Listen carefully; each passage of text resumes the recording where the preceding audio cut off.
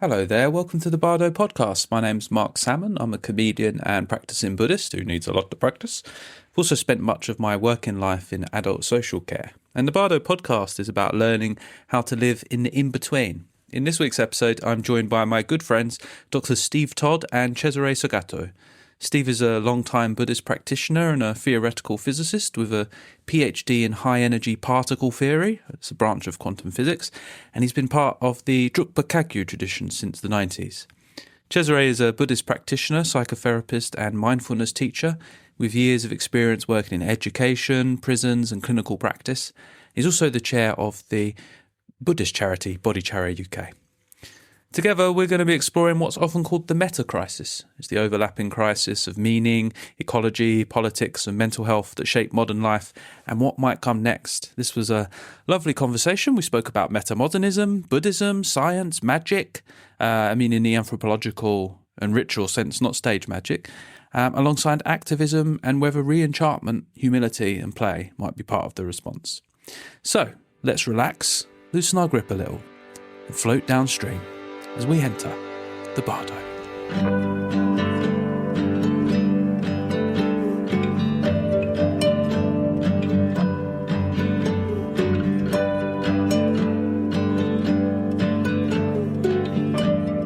Ever since I was a small child, I was fascinated in both science and religion. My parents were atheists, agnostic. I took myself to church, joined the choir.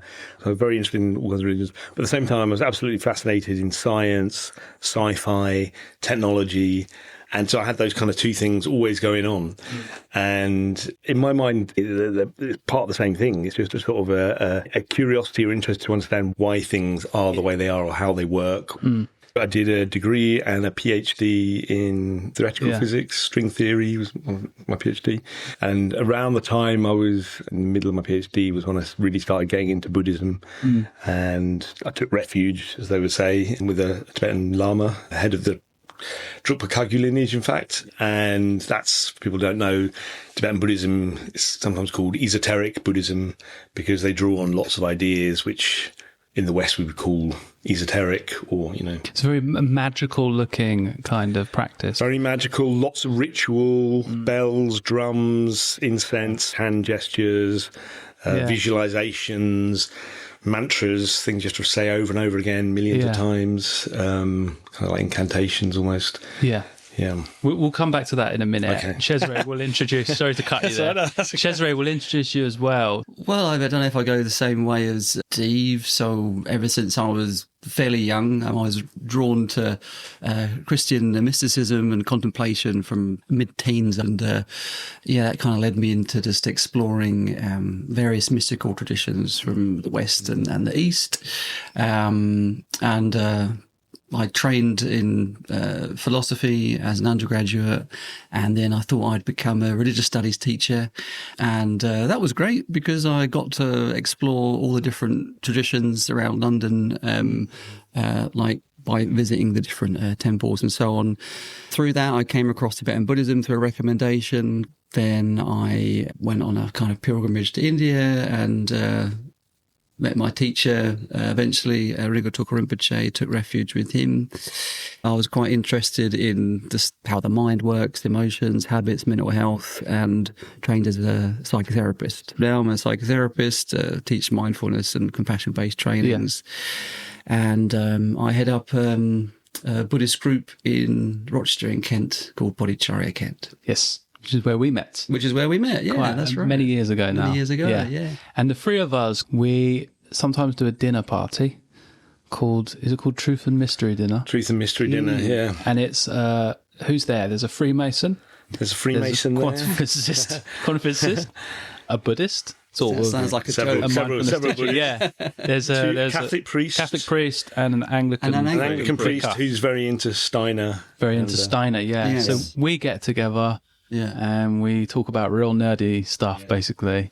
And the last time we were there, we were talking about you run a group called Meta-modern Facebook group. Yeah. I think it's good what we want to talk about. I thought we could maybe talk about the meta-crisis. Yeah. And I think maybe we could have a stab at first trying to introduce what the meta-crisis is, Steve. Mm-hmm. And then maybe we could talk about how your Buddhist practice maybe informs your sense of the mystical or esoteric. It'd be nice to hear from you, Chez, around that as well. So, Steve, do you want to have a stab at trying to introduce the meta-crisis? Meta-crisis. I came across the term the meta-crisis, also sometimes called the poly-crisis, in meta-modern circles. So meta-modernism is this thing that you can find online. There's a whole group of people that have congregated, sometimes called the liminal web as well. And people come from different directions, different sources, but they're all agreed on more or less agreed on a few basic ideas. One is that, the world is facing a kind of an almost insurmountable crisis that has many dimensions to it. So it's a crisis of meaning, but it's also climate change. It's how do we coexist in a global world that's armed to the teeth?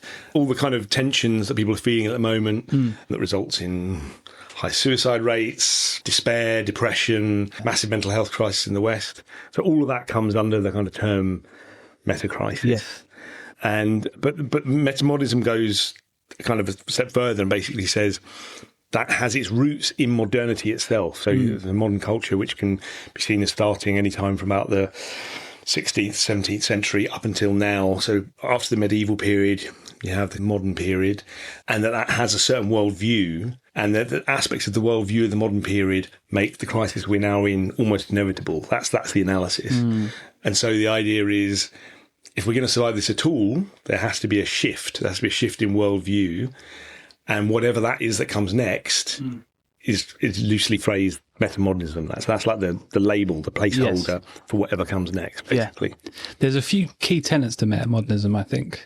It's born out of the two from modernism, which is sort of building, constructing grand narratives, and then postmodernism, undermining and sort of an ironic stance about stuff.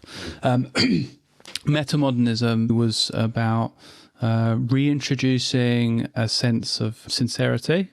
You described it earlier when we were chatting, sincere irony? Or ironic sincerity. Ironic sincerity, yeah. So, I mean, in the analysis of it, postmodernism would still be seen as part of modernity. It's almost like the final chapter of modernity where the modern worldview somehow undermines itself. And that then really exacerbates the meaning crisis, because suddenly then there's nothing you can anchor into anymore. Even progress is seen as an illusion, or, anything that people might have gained some safety in earlier modernism suddenly is also all undermined. So modernity's completely pulled the rug from under its own feet. And so in this kind of meta-modern space or project that people are feeling into as they're trying to work out what might be coming next or what might happen, they're looking at what we lost along the way. And in certain senses, we lost quite a lot. And one of those, the core one that you mentioned there, is narrative. Yes. So people used to have an anchoring, overarching narrative, grand narrative, that basically gave their whole life a sense of perspective, meaning, purpose. Yeah. So something you can anchor into, and that could be linked to religion, but also ideas of empire, state, whatever. Different periods have different grand narratives. But in a way, postmodernism has said, well, they're all just stories; they're all made up. Yeah. So it was a kind of nihilistic take on the grand narratives. Yeah. And what the meta-modernist version is almost, it doesn't matter if they have no real underpinning. Yeah. There's no solid metaphysics underlying them. If it works for you, then have it anyway. Have it, but hold it with an ironic attitude. And the ironic attitude is an acknowledgement, because a lot of this stuff you can't put the genie back in the bottle. You can't put, So it's an acknowledgement that you can't philosophically establish any of this, but also that it's not pointless or worthless. People need narrative. Yeah. And I think one. And this is just, I'm going to stick this on the end, but I think one conclusion of that is that whatever does come next has to be pluralistic. Yes. Because if there's no one grand narrative, then you have a plurality of grand narratives. Everyone has their own grand narrative in a way, or adjacent narratives or clusters of narratives. One of the issues that comes up, I think, with that, though, is that when you have a plurality of meaning, how do you link that up to a positive shared vision if there's so many different perspectives? So what we see often now is from the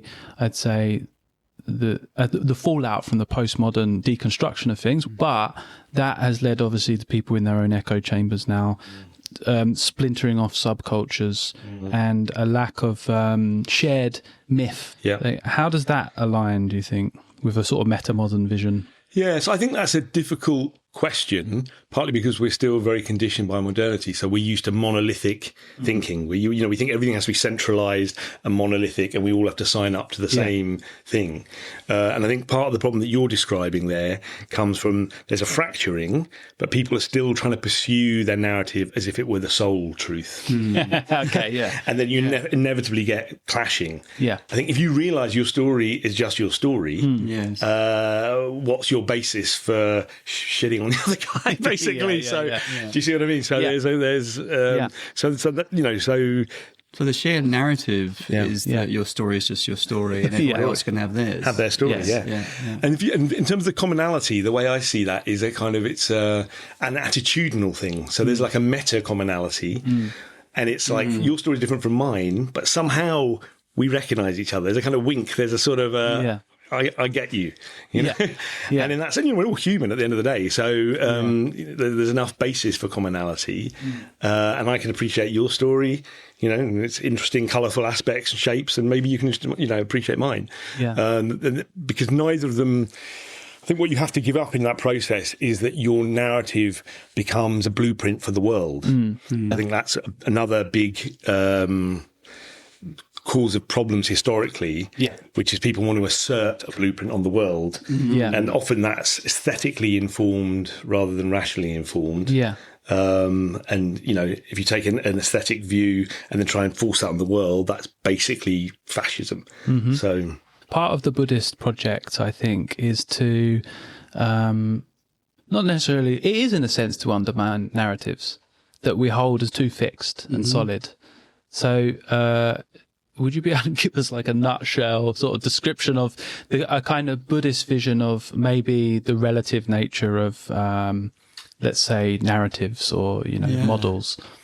Well, I was, first of all, before I try and say something about that, I just saw this thing on Facebook today. You've probably seen it. It's a picture of two people on a bus. And one's looking out of one window, one's looking out of the other. One's looking on to the right, and the road is looking at just the cliff wall, and it says there's no meaning, and they're all depressed, and oh my gosh, there's no meaning. And the other one's looking out the other side, and they can see the vista, and they're like, there's no meaning. How wonderful, because it's interesting how it can become freeing or it can become depressing, and I think. Listening to Steve there, I was kind of putting that together is when we feel we need to depend on some kind of maybe external grand monolithic structure, and it's quite parental in a sense, and that kind of dissolves, and you're left with a little bit of nothingness, and you feel very groundless, and that can be quite scary. Whereas if you go through that and you come out the other side and you realise, well, I can create my own meaning, and that's there's infinite potential in creating my own meaning, and that's therefore liberating and energising. And if you realise that for yourself, you realise that everyone can do that, and then you give the space for everyone to do that. And I guess the question, going back to what you were saying, is, how does everyone get there? Because everyone's kind of have to get there to work in a kind of smooth way, so we're not kind of rubbing up against each other, I suppose. I guess it's a little bit relative and ultimate truth. So relative truth is a little bit like how everything kind of appears to us. Everything seems very kind of solid and independent and fixed in its presentation to us. And on one level, that's kind of true, and everything kind of functions that way. But when we reflect or we look a little bit deeper into that, we can't really find any separate, independent, inherent substance in anything. It just kind of opens up into space. And if we can understand how those two things come together, then we can have the perspective of the space and openness, which is very relaxing, and understand that through different causes and conditions, many interdependent forms can come up, and then they can dissolve back into it. So if we can hold that vision, both of those things, then we can relax with our own story in the sense of irony, and other people's, but also respect it as relatively true and functional and useful for me and them in the moment. I feel like that understanding helps go past the point of nihilism. Yeah. It's like you go through that. Yes. Buddhism often talks about the freedom from the two extremes of everything being completely eternal and fixed and solid, and everything being nothing, which is also a thing. It's also a concept, right? But Steve, you sort of said you would like to talk a little bit more about how we impose blueprint narratives onto reality and enact as if. I think as if is a very important point as for meta-modernism. No, you're right, as if. So on that, I want to sort of reel back a tiny bit and say, just look at modernity again. Yeah. And if you look at what modernity did to the human, it did many things to the human, but one thing it did was basically privilege the rational faculty above all our other faculties and capacities. Yeah. So reason was raised to being almost the only thing that's really valuable. Whereas our aesthetic capacity, our poetic, our intuitive, we have all these, our artistic, whatever you want to say, we have all these different capacities and ways of experiencing and expressing. They all got sort of really suppressed and diminished and treated like they were just for pastimes. It's like, that's okay for a hobby, but that's not how you live your life, or that's not how you... and the truth of it is, I would say you need all of them. You need all of those, and you need them to be balanced, and you need to give equal status to all of them, basically. So there needs to be a great rebalancing of bringing those faculties back up. Rationality still has its place, absolutely, but so do all the others. And what you've seen, because of this suppression, is at times people who feel, say, for example, very strongly aesthetically aligned, often then feel they need to push back. And you get things where they come with an aesthetic vision for the world, but they then want to push it back into the mainstream. And often they do that by putting a kind of a rational sort of garb on it. And one example would be, say, for example, some kinds of new age type stuff. Yeah. They've got a vision for how they want to see the world, but they cloak it in pseudoscientific language, or because they feel that gives it credibility. And that's they feel they have to do that, because unless it's got this sort of sciencey type language around it, no one will take it seriously. Yeah. So that's about the balancing. But I also think each of those faculties has a domain of applicability.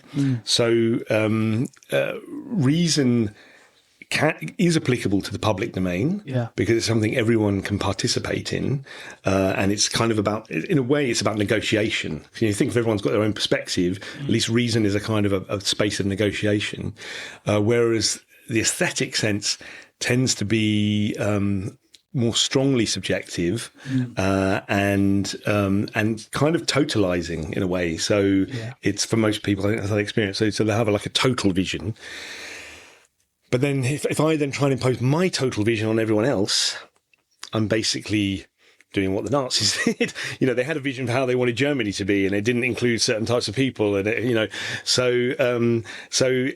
you can't take your aesthetic sense and force it on everyone else. So that's kind of what I wanted to say about that. That makes sense. I think it's. I think that is a very interesting point about how people often will try to use scientific language as it's perceived as more legitimate. But I think what you're sort of touching upon is that each area has its own applicability and is important in its own sense. There's a really good book by Ramsey Jukes called Sex Secrets of the Black Magicians Exposed. I wanted to read that, but I've never... Or Sesotbame, right? Yeah. But it's a kind of it's almost the meta-modern title in itself. It's a very ironic, but it's actually really, it uses a compass, and it says that we have art, science, magic and religion, but the fact that it's a compass means that none have a hierarchy over the other. They're just different modes of being in the world.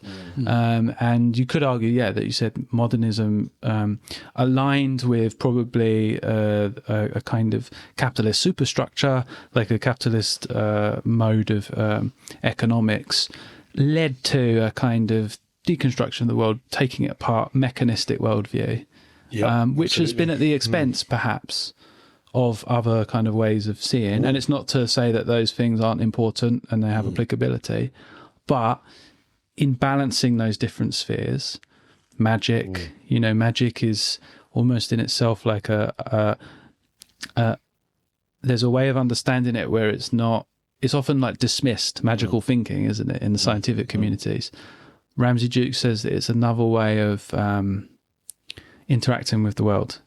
It's a planting of meaning. Yeah. And he kind of sees magic very much through a games layer. Yeah. Which is to act as if it works. And so you stop asking whether something has an ontological reality and start asking what's the effects of it. Yeah. And I feel like the meta-modern turn is doing a similar thing. Yeah, that's right. Yeah. Yeah. I mean, again, it comes back sort of to the postmodern critique of metaphysics being groundless. But then, what that means is you can't use metaphysics to build up any of your assertions. Okay. Do you see what I mean? So, and the ironic aspect is recognizing that fundamental groundlessness, at least conceptually speaking. So, maybe they're kind of the same thing, because if modern physics is saying metaphysics is groundless, right? So depends what you mean by groundless, right? Yeah. You know much more than me about this, but when it comes to quantum mechanics, there's more and more groundlessness the deeper you or things disappear, or it becomes a bit more spacious the deeper you go. Yeah, it's hard to sort of talk about. I mean, what I would say is that quantum mechanics, undermines the scientistic worldview for sure. Yeah. Because it's a disconnect from our kind of everyday naive understanding. Yeah, yeah. So it basically says the world isn't how you think it is. It's not how it appears to be. It's not how it appears to be. Yeah. And after 100 years, that no one's got any further than that point with it. You can calculate with it, and you can calculate incredible precision. Yeah, but and it has real world use. Real world use, real world use. Your TV uses it, everything. So, but you can't get beyond that kind of. And people kind of, particularly people in the scientific community, kind of hate that because they want to find a bedrock. That's right. And they can't. They can't. So there's a kind of groundlessness there. Anyway, exactly. Even from that perspective. Yeah. And you hear statements or you see things online that say, the more and more you look into an atom or subatomic particles, the less and less there is to see, and it ends up just being energy or emptiness. Is that accurate from a scientific point of view, or is that again a little bit of massaging of new agey hopes and dreams? It's hard to say. So when the fundamental mind blocker, I was going to use another word, but the mind block with quantum mechanics is this wave-particle duality. Yeah. So prior to that, in classical physics, you had this whole area of classical physics which dealt with waves, wave-like phenomena, a whole thing that dealt with like particle-like phenomena. Yeah. And what quantum mechanics says is that the fundamental level, everything is both a wave and a particle. Mm-hmm. And in a way, it's only a particle when you measure it, when you check up on it. Mm-hmm. Otherwise, it's basically wave-like. Mm-hmm. So it has this, and people feel deeply uncomfortable with that. And as you're a physics student, everyone in the first year is all, my mind blown, and they just say, "Well, don't worry, you'll never understand it. just, but you can do the sums, So it's this, and still, there's something like 50 interpretations of quantum mechanics now. I think if they agree with the maths, then they're all basically just different ways of saying the same thing, but none of them can find a way to assert it's the fact that it's a more real interpretation than the others. And some of them are quite bizarre, like the many worlds theory or whatever. Which sort of says that every single interaction is causing the whole universe to bifurcate, and so it's endlessly sort of producing an infinity of universes in which every single possible thing that could happen happens. But then there are other ways of seeing it as well. Some people take a more semiotic approach to it. Some people take, but to my mind, all these attempts to try and find an interpretation is not accepting that it won't take our classification. It won't. The unfindability. The unfindability. Exactly. It won't let us. The groundlessness of The groundlessness. It won't let us force a scheme onto it. Yeah. You know? Yeah. There's a really lovely quote. Our job is not to clear away the mystery, but to make the mystery more clear. Yeah. However, in my own life, I can understand that intellectually, but there's a fundamental disconnect in the way I live my life, because I feel very anxious if I'm not certain about stuff. I have a very controlling way that I want to set the right conditions to make me comfortable. Yeah. Do you think that's something fundamental in a human, or do you think that's something that we can, as individually and collectively, overcome and accept what appears to be a groundless nature of things, a mystery, and be open to that and go through it and beyond it? Or do you think that actually there's something inherent in us that can't and doesn't want to? Is there an evolutionary reason, or what's your thoughts? I'm looking at you, Cesare. Cesare. A psychotherapist. You want me to go over that one? Well, I think it's a bit of both. So, I think if we very simply kind of put it into right brain, left brain terms, there's a part of us that is really, really good at categorizing things and analyzing things and judging and comparing, and maths and linguistics and, all of that stuff. And it's really kind of useful, we wouldn't have arrived here more or less on time had we not used that kind of part of our brain or our way of being or our capacity. But it's not the only part of how and what we are. But I think, at least in our lives and culture, that part is kind of championed and almost kind of put on steroids, and we kind of exercise it to its limit, so we can kind of just live in that mode constantly. But there is another part of us that we can connect through, things like, meditation practice or flow states or being in nature, where we kind of let go of that grasping type of mind and just be a little bit more at ease and open and spacious, and let what arises and let what dissolves. I think the fear comes when we feel that there's something separate in us that is going to be harmed or benefited by what might arise or what might not arise, whether it's pleasant or unpleasant. So I think that's quite fundamental to human experience. But I don't think it's the essential nature of human experience. I think it's a misperception of how and what we truly are. Okay, let's dive into that a little bit more, about the misperception of how what we truly are.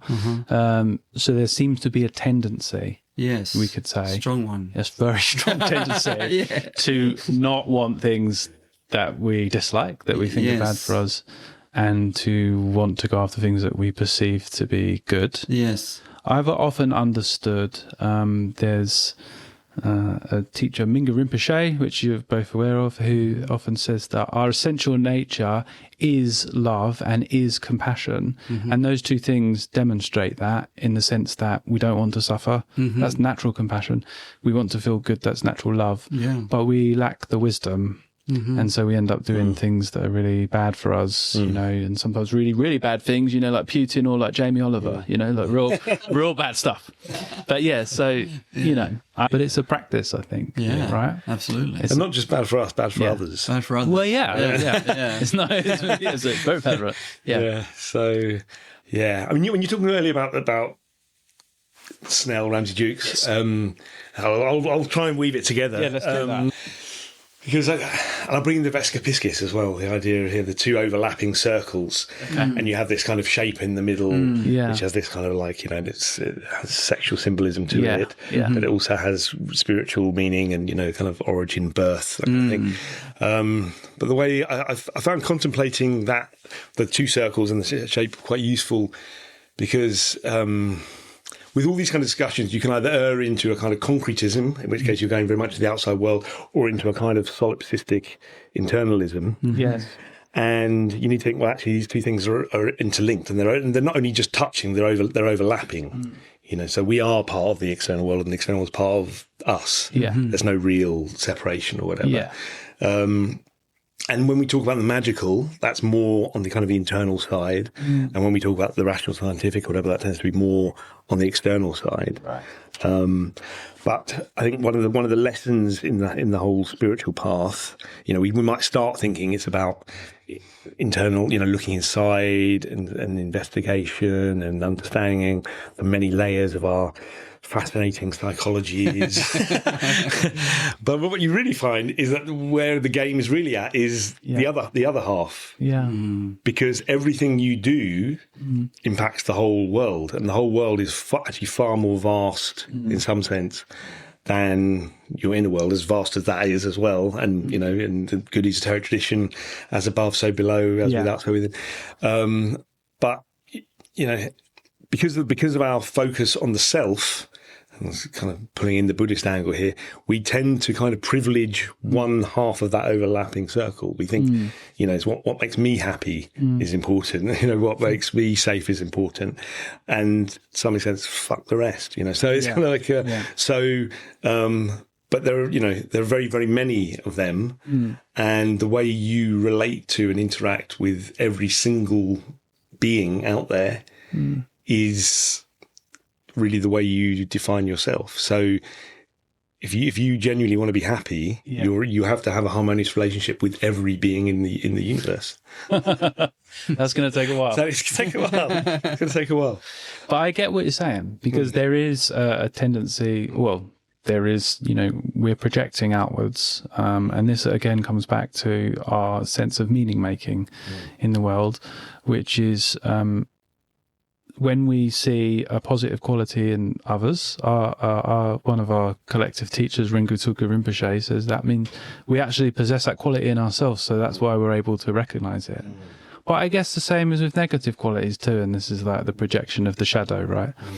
And that if we, I guess I'm not so good at remembering this, but to remember when I can to, if I see someone doing something, go, well, I do stuff like that sometimes. But instead I often judge them. Yeah. But and I can see how that would then make you more at ease with yourself, that kind of practice. Yeah. I'd say the same thing, but maybe from the outside. Yeah. From the inside out. So I think if we can really learn to be friends with ourselves and accept all those parts of ourselves that you're kind of mentioning, and extend that kind of, not excuses, but a sense of self-compassion, and insight of, where they may come from or how useful or not useful they are, and, the vulnerability it takes to kind of let go of some of those unhelpful patterns that may have kept us safe for a while. Then we can extend that without trying that to other people. So if we can really learn that for ourselves and be kind and develop self-compassion, then the barrier between me and having that for others kind of thins away in itself, and it can be extended without a kind of a cognitive effort. It's more of just a heart movement, I think. So so if you really make friends with yourself, or you free yourself, you're kind of freeing everyone in a way. Yeah, that makes sense. Yeah, so it's not like you've got to go through every 8 billion people. One by one. There is, I will add one, maybe criticism to that kind of idea, to play devil's advocate, is that... Well, that's going to be my job, wasn't it? So, well, you can do it now. The meta-crisis is upon us, so there is a confluence of many apocalyptic potentials right now, and there is a case that, we do need probably some collective action against things like climate change, a rise in fascism. Like there's many things that are negative and destructive. And so where someone may say, well, it's fine, I personally think both. It doesn't have to be either or. It can be and, But I guess one criticism is I don't have time to sit around navel gazing. We need to figure out ways of organising better. One of the conflicts, I guess, that again comes up is with the meta-modern sort of approach that you're talking about. That involves a plurality. How does that galvanize people into quick swift action, which is maybe needed on something like the climate. Maybe later we'll talk about like the rhizome. The rhizome. Yeah. Should we talk about the rhizome? Well, yeah, I'd like, before we talk about the rhizome, I'd like to say that the current ways aren't working anyway. No. So whatever it is we want to do at the moment, it's not working. So it's not as if, and that partly, that's because we were saying before with this splintering, is there's a whole load of groups who actually see the meta-crisis as a wave they can surf to get their particular agenda ahead. Right. So you'll find certain Marxists, certain religious groups. So I almost brought it with me, actually. There's a Christian pamphlet that had pictures of like the meta-crisis type pictures on the front, waves, flooding, fires. There's a lot of people who've got a scheme. End of days. They want to end of days. A lot of people have got a scheme they want to push on the world. And they're seeing the meta-crisis as a lever that can get their scheme to the front. But that's not going to work because of the fracture and the plurality. So if anything is going to work, we might not be able to achieve this. We might be too late, but if it is going to work, it's got to embrace the plurality. Yes, and you were talking about rhizome, and that's this idea that comes, I think, from Deleuze and Guattari, and it's a sense of, again, it's kind of what can you have that's not a monolith? And the idea is it's this network, and it's drawn from kind of biological inspirations like ginger, and there's certain like roots that have no centre. No centre, and there's just these root systems, and they completely cooperate. And that's in a way how I personally see that metamodernism could flourish if people genuinely embrace their narratives, and it's like let 10,000 flowers bloom or whatever. Flourish locally, but be connected in a network. So of adjacency or thematic or even meta connection, but that way. And then you say, okay, well, how does that act coherently? And I think in that, my answer's probably quite unsatisfying there and a bit esoteric. But the way I see it is if people are fully in that mode, I think the network would act as a kind of an egregore. That it would actually rise up together quite spontaneously and be quite powerful. And the forces forces of stasis that maybe only understand monolithic power wouldn't really know what to do, because it's kind of it's coming at from all angles. So we'll unpack the egregore in a second. I just want to say first that Bakunin, the anarchist, traditionally he criticised Marx and he said there's going to be a transfer of power. There cannot be someone in a position of power. So even like this notion of we'll have a transitory state that will disband itself. Well, it didn't, obviously. Then the criticism is, because if you look at things through like a monolithic or hierarchical way of seeing, which is the way that most of us have actually been socialized to think, is in very hierarchical. Every interaction, often we're unconsciously putting things into status, class. So many things are happening. Lobsters. But it's not inevitable. And actually, traditionally, there's been lots of examples in history of spontaneous things happening. And even during COVID, there was lots of immediate mutual aid groups sprung up. I was in one in Lambeth, and it was working very well. And then a Labour councillor came in and said, we need to bureaucratise this group. But there's the constant struggle between spontaneous network, emergent property, which to me feels more in line with nature itself, and an imposing, dominating kind of view, which we often fall back into in we're conditioned to accept it. And I think that's what we've got to move beyond. But there's examples of it happening. So in the Spanish Civil War, very quickly, there was spontaneous arising of basically a gift economy. And people started running trains and stuff like that. There was no central leader. And it does, as you touched on it, it confuses the authorities, because there was I think in Portland, there was a really, really free market, which is like a gift economy. So it's an alternative means of an economic arrangement where it's almost using Marx's thing.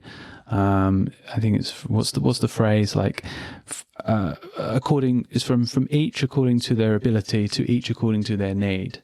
So if you've got something and you can share it, you do it and you give it. And so people were turning up at the market and swapping things for free. And then the authorities tried to stop it. And they were like, who's the leader? And they're like, there is no leader. And they just couldn't get their head around it. They're like, there has to be someone that we need to arrest, because they needed a face. And so the good news is, I think, is that if you have spontaneous emergent, it's like an attitudinal shift. But if you have spontaneous emergent kind of actions and, you know, like different ways of being together, it's harder to stop that. Yeah. Because there's no central node. Yeah, there's no node. That's it. How do you? Yeah. Well, I was just reflecting on kind of what we're all saying, and maybe or maybe not, like discerning that, you know, within what we're saying, we are kind of pushing a kind of narrative anyway, which is the world is terrible.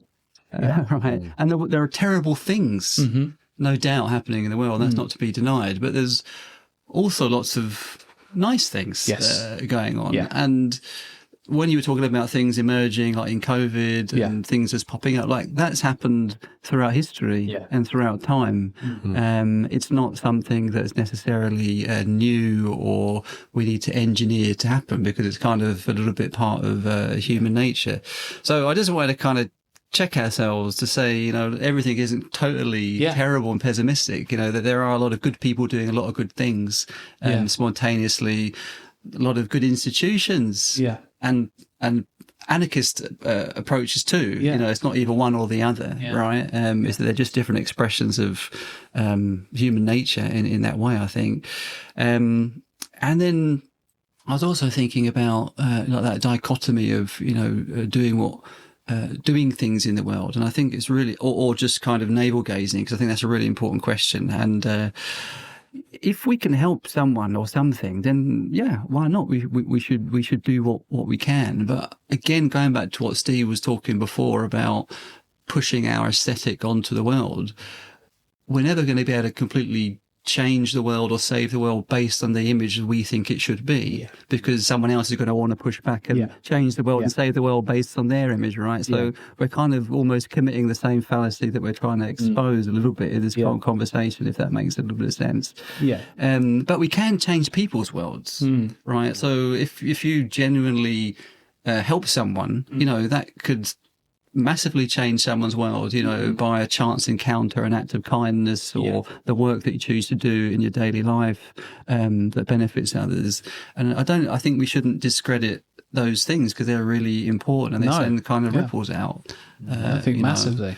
And I think when it comes to activism, it's also a really important way that we can benefit the world. And if we have the inclination and we're connected and the ability to do that, then why not? We should also do that. But I think we also need to be mindful of the possibility that we may be mixing our motivation with some of the same kind of unhelpful emotions or habits that we're trying to oppose. So I think that's an important work for an activist, actually, because it's easy. And I know this as a human being, and I'm sure we can all relate to, you know, compassion can easily move over into passion, and then into kind of anger and rage and hatred and so on, right? So then it becomes all kind of part and parcel of the same thing. So as long as we're centered and we're really as clear as can be and acting out of a place of wisdom and kindness and compassion, and not getting too, you know, caught up in those more negative mind states and acting from them, I think that's important and something that we need to be aware of when we're engaging in that kind of work. And the last thing I thought was, we were talking about Joseph Campbell earlier, and those famous interviews that he did with Bill Moyers back in the day. And one thing he said, I was watching them the other day again, and he said, you know, if you really kind of wake up and become a vital person in the world, you become alive to yourself and what matters to you, you know, your story, your narrative, as we were saying, then that makes the world alive. And he said the world at the moment is a desolate wasteland, you know, full of meaninglessness and hopelessness, this, that and the other. And a vital person vitalizes. So if we can do that in our way, whatever that might be, and my way might be different to yours, Mark, or different to Steve's, that's going to vitalize and energize other people to do the same for themselves. You know, so it is important to transform ourselves, and by transforming ourselves, we affect the world as well.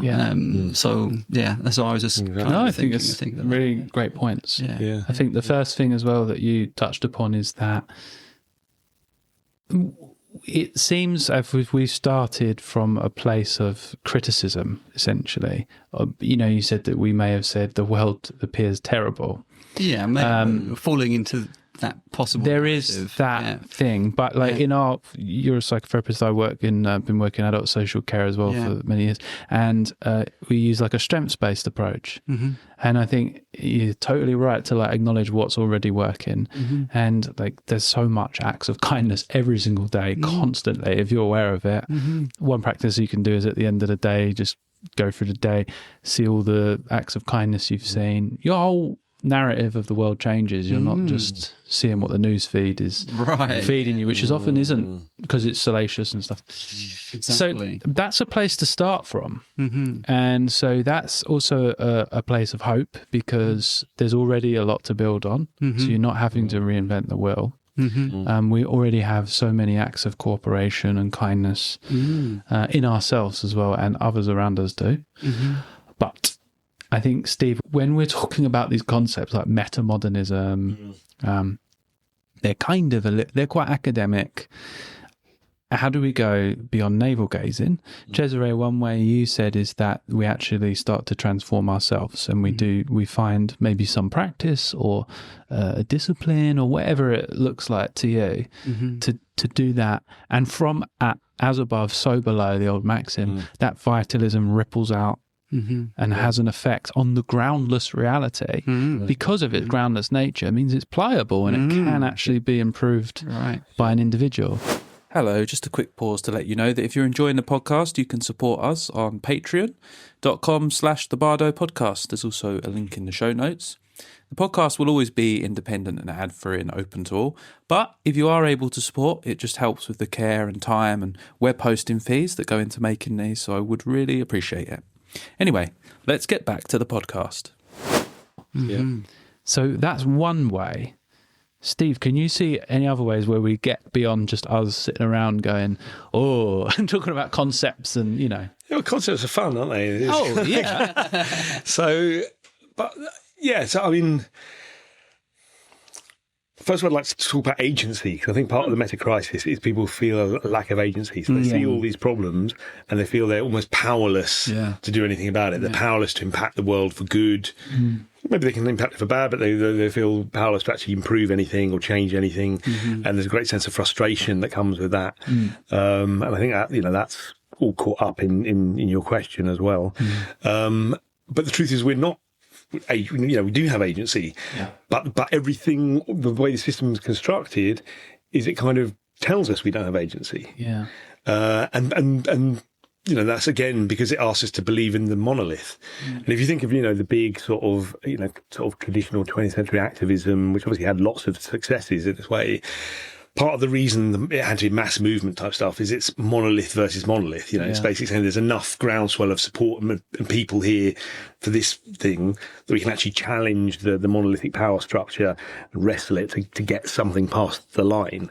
But if we're moving beyond a world where the monoliths even work at all, even the monolithic power structures maybe no longer even work and certainly don't solve the problem, then you have to, come back to ideas like the rhizome and individual agency. And so the question about the agency is, well, how do you feel empowered, or how do you find your power or feel your power or lean into your power? And this is, and now this can sound weird and navel gazing, but I think this is where the magical stuff comes in. Okay. Because, so part of that sense of powerlessness is based on a kind of implicit worldview about what's really going on with the ground of being, what's really going on with the universe. Is the universe a cold, scary, dangerous place? And if you look into the emptiness of metaphysics, all you see is an abyss, blah, blah, or is it actually a ground of infinite love? And most people are coming from the former, not from the latter. And I think what all the mystical and magical traditions really trying to do is connect you with the latter view. That actually everything you ever hoped for and sought was already in you, and you have the potential that you're seeking. You have the power to benefit all beings. You have the power to relate with all beings. As we were saying before, it's not one by one. It's that's actually already there. That was already in the ground. So, in a way, magical practice is about deprogramming yourself. It's about deprogramming yourself from the scientistic, cold, scary universe view to this warm, living, vital, sort of enthused presence. That is life, basically. And once you can inhabit that place, or be in that in that mode, that state, that space, and it then from there you can kind of do magical things in the world. Yeah. And it's a key concept, actually, to bring it back to meta-modernism, is re-enchantment of the world. Exactly, yeah. And so that's finding that magic, literally magic, which seems like a silly word. Yeah. But I like it because it is silly. Do you know what I mean? There's a playfulness to playfulness, exactly. Yeah, and there's like the ironic sincerity. Yeah, it's like playfulness is key to all of this, I think. Yeah, and I think. Yeah, so with magic, so I think you did say there about the scientistic worldview, which is different from the scientific worldview. Right. Do you want to just quickly unpack that, the scientistic worldview? So let's start with science. Science is always provisional. Science is always open-ended. It's just like, this is our current understanding of things in our current concepts.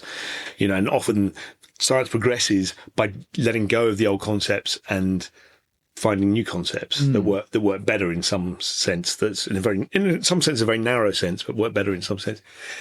The scientific view is not scientific, because what it does, it takes the current snapshot and completely reifies it. It says, no, that's truth. Yeah. And it tries to solidify that one particular view of reality.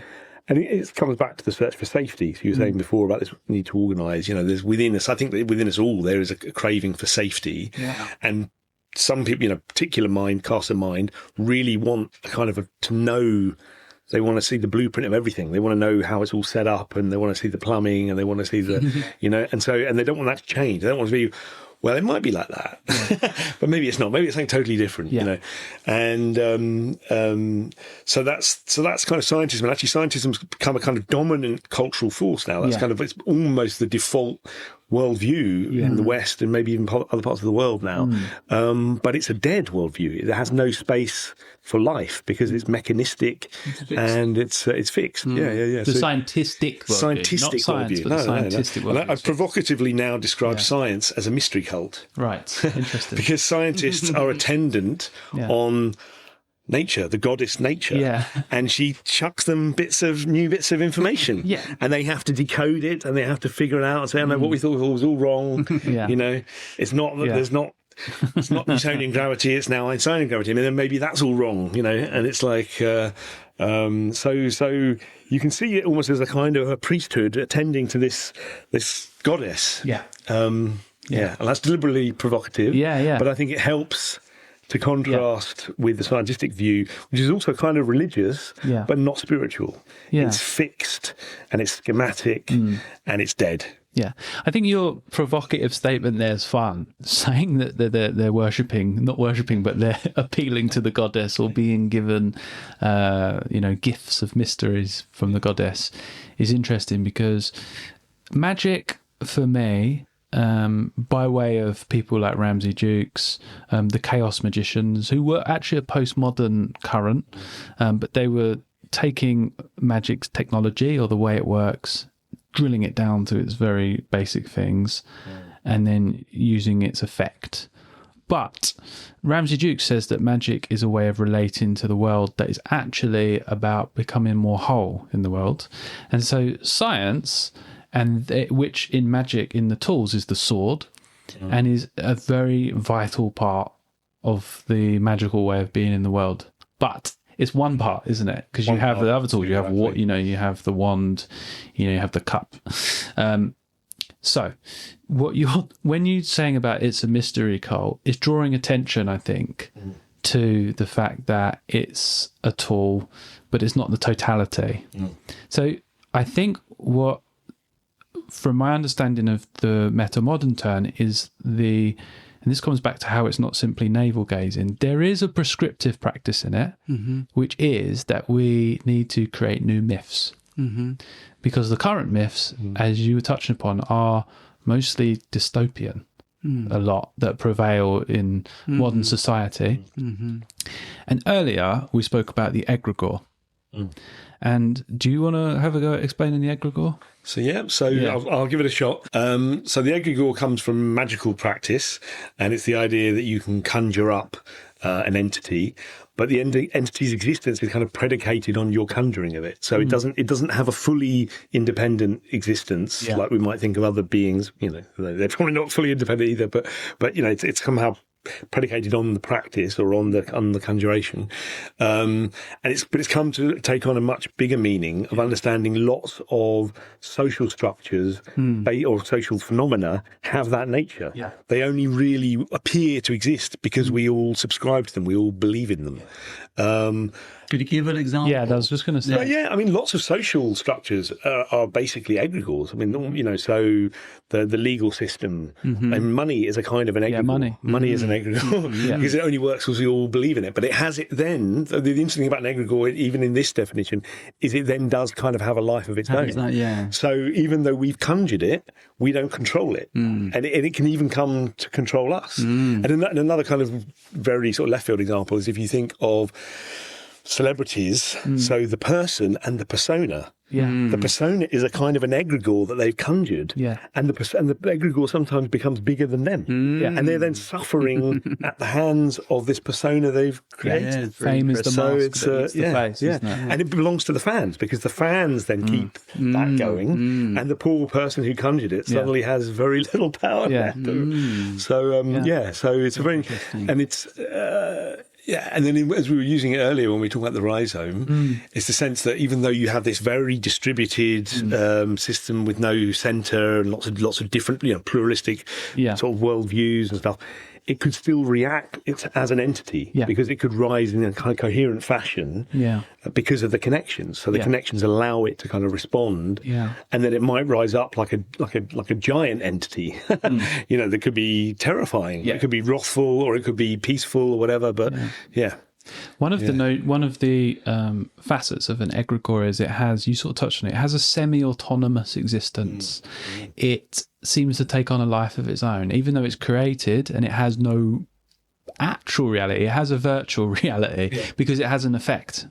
So Brexit, some people said, was an egregore, definitely money as well, which is all predicated on a belief.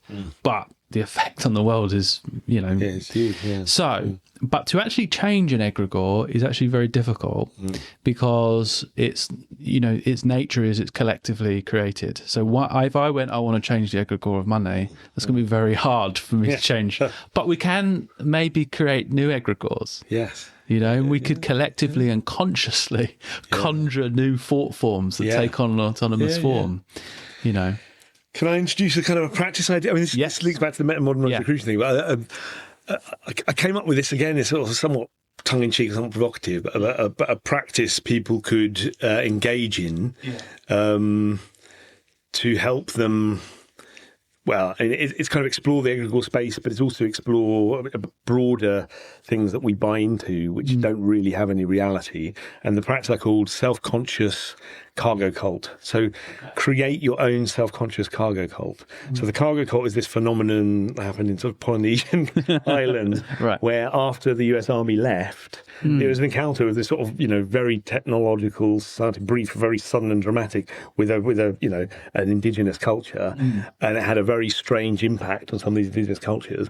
And they basically tried to replicate the forms of what they saw.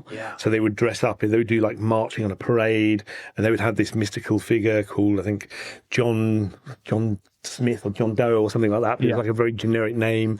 They maybe even write USA on the thing, or hoist up a flag, create an airstrip, and there was all the expectation that if they do this enough, the goods would come back. All the things that the army had brought basically would come back, basically. And I think we all do that all the time, And so I was saying, so to help us realise that, we could invent our own cargo cult and then self-consciously practice it as a way of seeing how much bullshit we buy into constantly. Yeah. Yeah. So what does have you created a cargo Have I created? Isn't it Meta-modern Rosicrucian? Meta-modern Rosicrucian is the cargo. Yeah. So you, Steve, you have a Facebook group. Yep. And it's called Meta-modern Rosicrucianism. Not that. Correct. Yeah. Well, I was enjoying reading the bio of it because it says, that it's an unsecret society. Yeah. Can you give us a little bit of an explanation of what meta-modern and Rosicrucianism means in practice and in thought? In practice, meta-modern Rosicrucianism. So we've already talked about meta-modernism a bit. And just as a brief sketch of what Rosicrucianism is or was, it was a cultural phenomenon that happened, cultural religious phenomenon that happened in Germany, in Kassel, in the early 1600s, when 3 manifestos were published in successive years, kind of anonymously. And they talked about this secret brotherhood, the Rosicrucian Brotherhood, or initially just referred to as the Brotherhood. The first manifesto was the fame of the Brotherhood, and it sort of depicts this picture of a mysterious character who's initially referred to by his initials, CRC, later considered to be Christian Rosenkreuz. And it tells the story of this who's meant to have lived about 100 years earlier, and how he went on a kind of a disastrous, kind of crusade-type expedition to Jerusalem, then went seeking in that part of the world for knowledge. So this ties into the fact that lots of the sources for lots of our knowledge of the classical tradition actually came via the Arabic, Muslim world. And so there was a sense then that the lost knowledge of the ancients was actually held in the Muslim world, and things like alchemy and other kind of maybe mysterious sciences, spiritual sciences and stuff, and that this brotherhood had kind of mastered these sciences, but the world wasn't ready for them yet, and had kind of gone underground for 100 years and was now resurfacing with these manifestos. And at the time, these manifestos had a huge splash in Europe, where people wanted to contact this brotherhood, they wanted to join the brotherhood, and there was this idea that there might be kind of a whole reformation of the world. That the Protestant Reformation wasn't enough; there needed to be a sort of deeper and wider Reformation, and part of what comes into the mix there is kind of proto-science. So there's the sense that there's kind of, arts and crafts and techniques and technologies in the physical world that are kind of almost magical, in the sense of what technology is. And that this brotherhood would also help kind of usher in that type of stuff. So from a modern perspective, the Rosicrucian manifestos and their worldview would seem kind of like a union of both spirituality and sort of proto-science or science. The Brotherhood probably never existed, and the whole thing might have been a kind of literary hoax. But what it did do is inspire a lot of people who then set up Rosicrucian orders themselves, basically, subsequently, and it gets linked with Freemasonry or other types of orders. I'm personally most interested in it as a kind of a useful lens from which to look at how we can reconcile scientific worldviews and spiritual worldviews, because it kind of exists on the other shore of modernity, just as modernity was really getting going. And they had, at that time, they had no problem synthesizing. It didn't seem like a separation. It was also, sorry to interject, but it was also at a time of, again, many, as you said, start of modernity. So basically, a world that was, in a sense, apocalyptic. There was so many changes and different things happening at the time. So this draws parallels to, not that we're in an apocalyptic world now, but we're in a time of change, I'd say. Change, yeah. Well, they really had a kind of an apocalypse. They had the 30 Years' War or whatever, which was horrific. It killed, huge swathes of the German population. So it was like, but I think their view was very, very positive, and it was the idea that these emerging sciences things could be used for the benefit of all humanity. Their only real sort of edict was, heal the sick and that gratis. So, there's a sense of, that you use this knowledge and these secret powers or whatever for benefit, for benefiting all.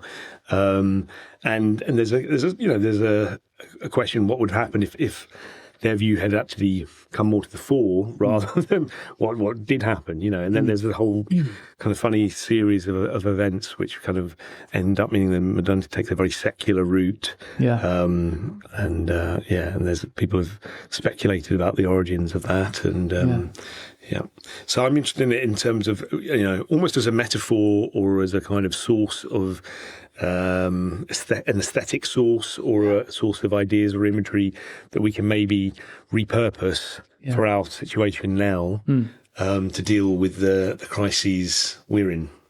And I think there's definitely something happening, even in like little discount bookshops. You'll see books on how to be a witch and things like that. So there's something happening there where people are reconnecting with non-mainstream stuff or things that maybe have an older origin or, attempting to reach back to something older.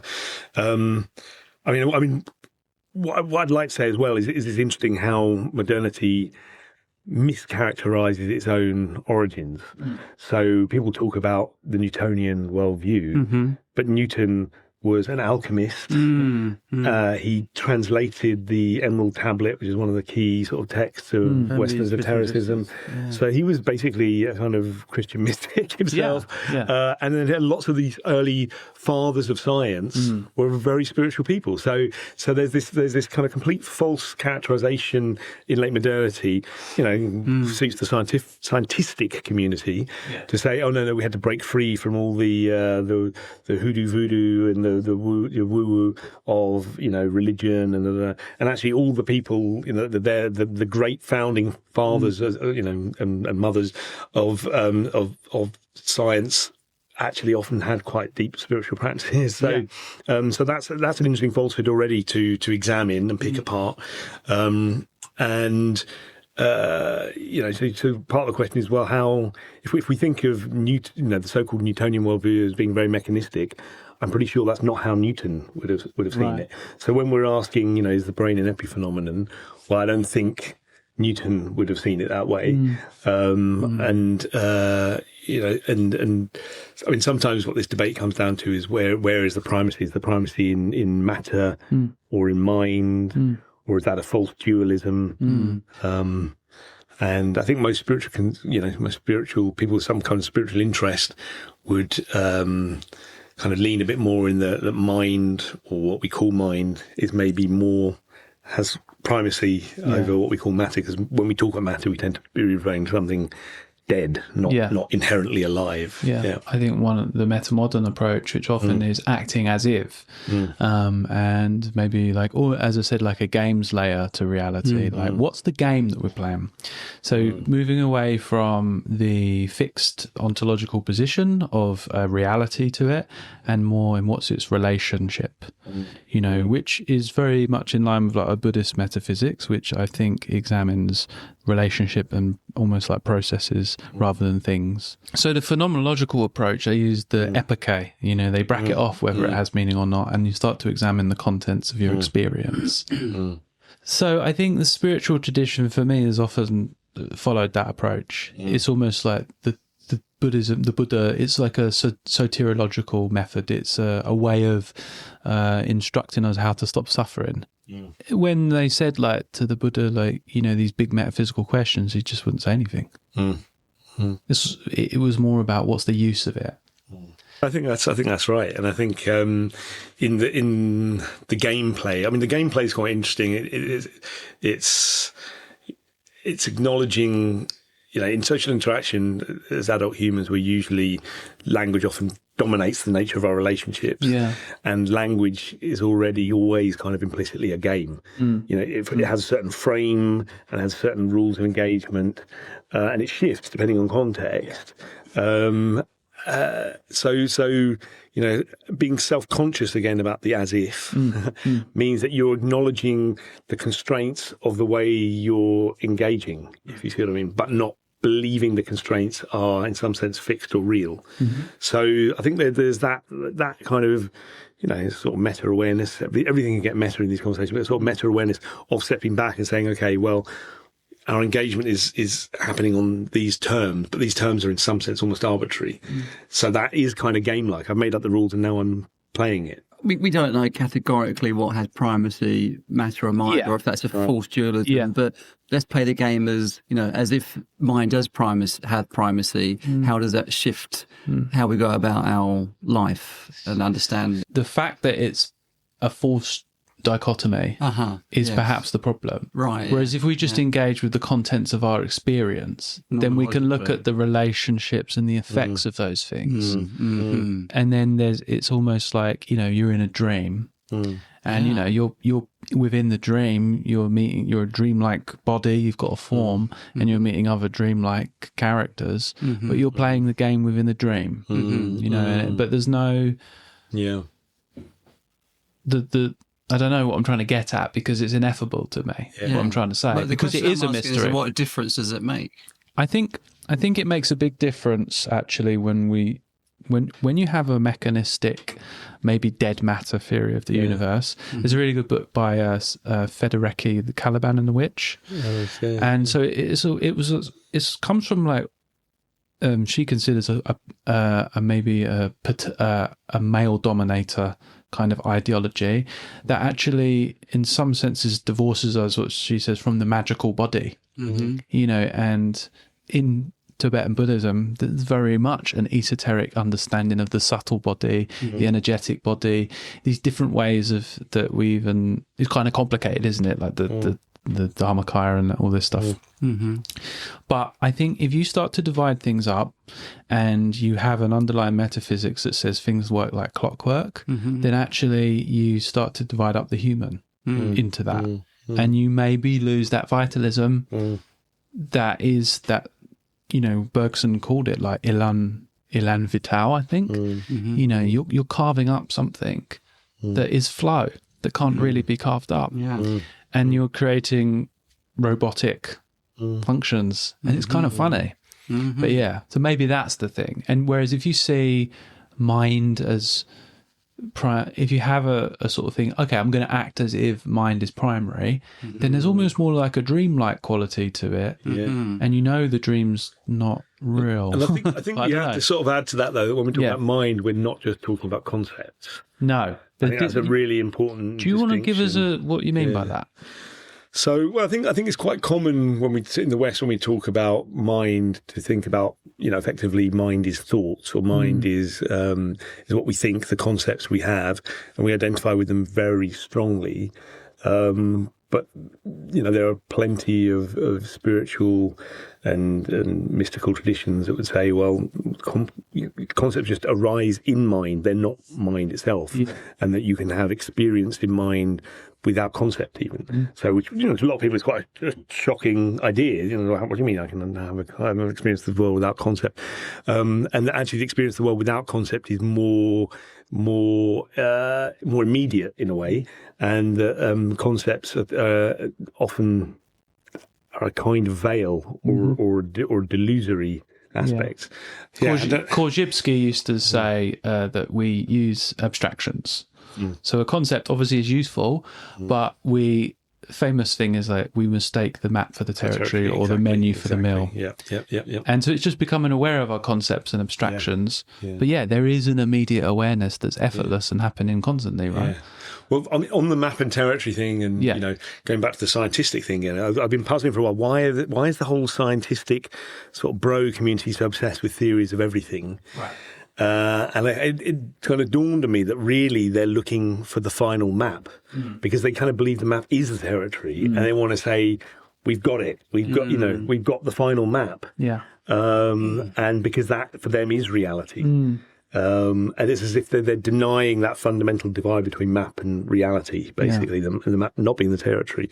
And it's quite a rich area to explore the sense in which we confuse the map for the territory and what just engaging with the territory directly might be like or about. I couldn't even find myself feeling that in this conversation, that, okay, so we have the meta-modern approach.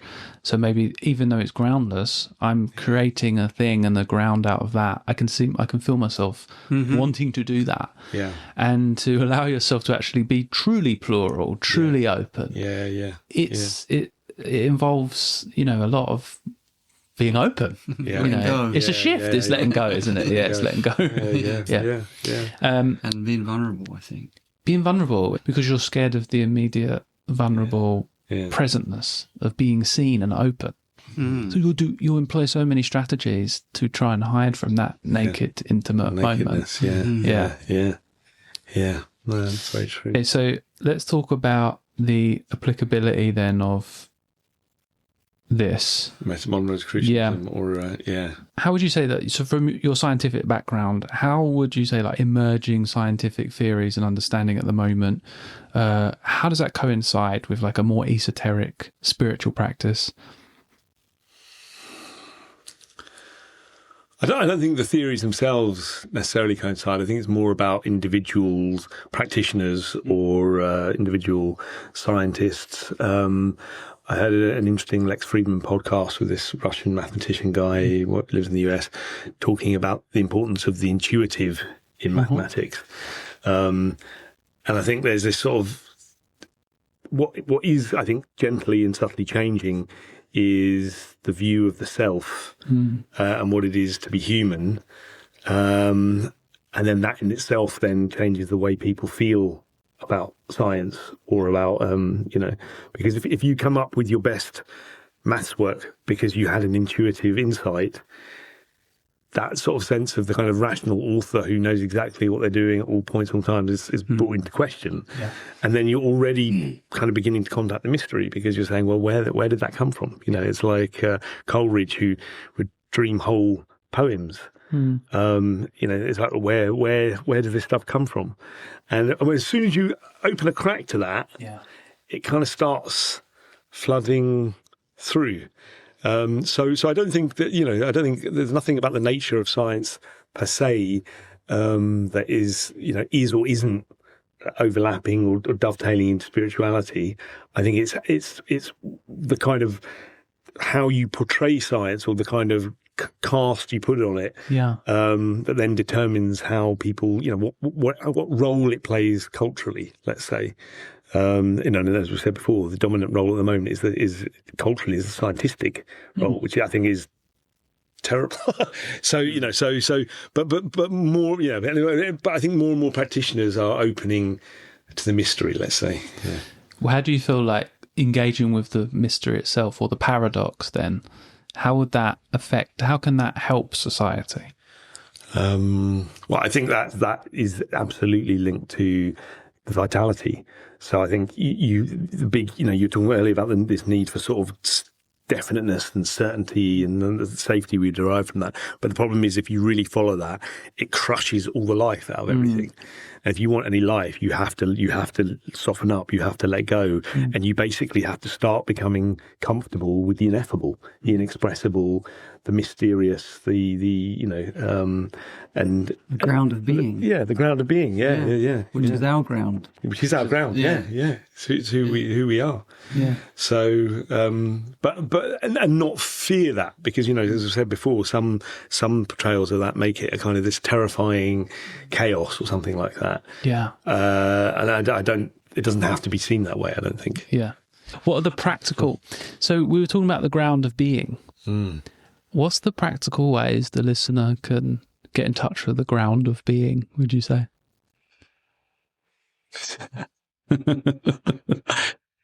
I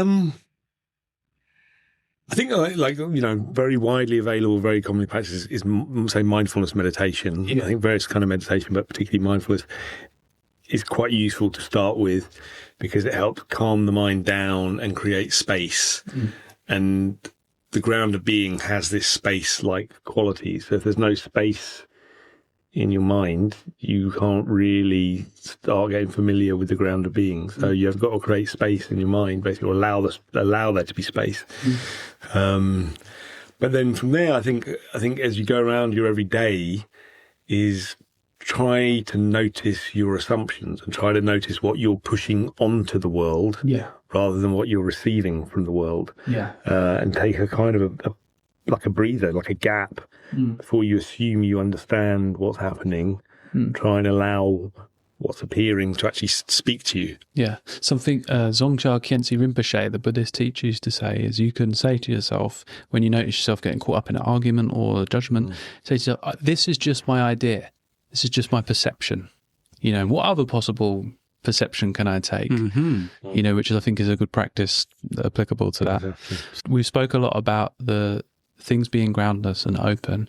That obviously leads to uncertainty, and that can lead to conspiracy theories and, you know, things like that. What's the way that we can become more comfortable with uncertainty, do you think? Well, I think maybe we can start with looking at why we want certainty in the first place. So feel what it is in us, and you can often feel a physical feeling, but what is it in us that is craving that certainty? Why do we want to know it definitely, or what does it even mean to know something definitely, and kind of feel into that?